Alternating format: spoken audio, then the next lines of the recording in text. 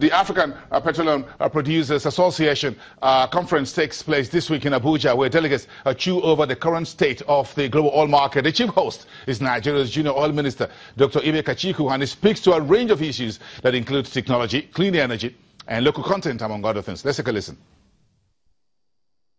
All members of APO are signed on to the need to reform and reorganize the association or the organization to give it bite. But what is more important is how far those changes will go. A lot of times I see changes that are very peripheral.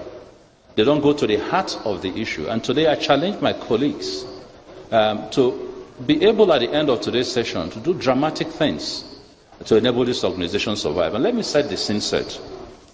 The oil world has changed dramatically, in case you do not notice.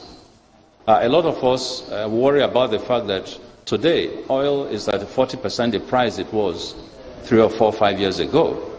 And so most countries who produce oil have lost substantial revenues and have lost even the capacity to do some of the huge developmental programs that they are known for. In addition, market is becoming very, very difficult. And most regional block producers are beginning to ring-fence specific markets. So you see the Asian, you see the Gulf countries, all ensuring that those markets are protected. And with America pulling out of the larger market as a major importer of oil and the America First policy, it has become absolutely imperative that member countries of this organization will need to begin to look at the African market and how they can enlarge it, expand it, make it robust, and yet protect it, so that those of us who play in that market will be able to have a first opportunity to utilize that market. Technology is also moving at a fast pace. And so 10 years ago, nobody worried about shale production. Today, it is a major constraint, and it's all due to technology. But more important is the fact that the oil world is fast disappearing. With current trends in technology and environmental concerns, it's clear that over the next 20 to 30 years, oil will become a fading, if not a faded product. Which means that most countries who harbor oil or are getting into exploration have only about a 30-year span, really, to harness, explore, find, carry, and enjoy the full benefits of oil. Because after that, most of the consumers of oil would have moved on to a cleaner source of energy.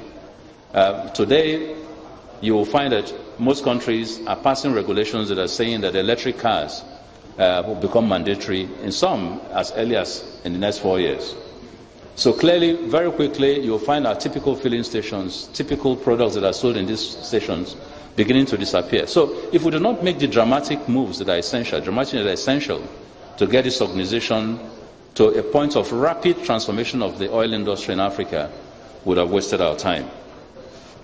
I therefore today propose basically a one opportunity, one development model for most members of the organization. How do we ensure that those of us who are blessed with natural resources like oil and gas are able to take those benefits out to the rest of Africa to ensure that we have adequate power, that we have adequate energy tools to be able to run our economy, and that the economies of scale in terms of distance of supply we utilize to the best of our advantages to make this work.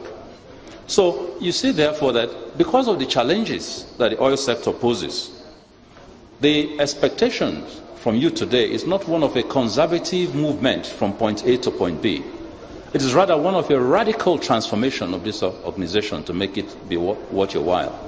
And Nigeria, having given birth to this organization, intends to play a solid leadership role, working collaboratively with all of us to move our organization fairly rapidly, fairly quickly, along the lines of what we try to do in our local industry in Nigeria.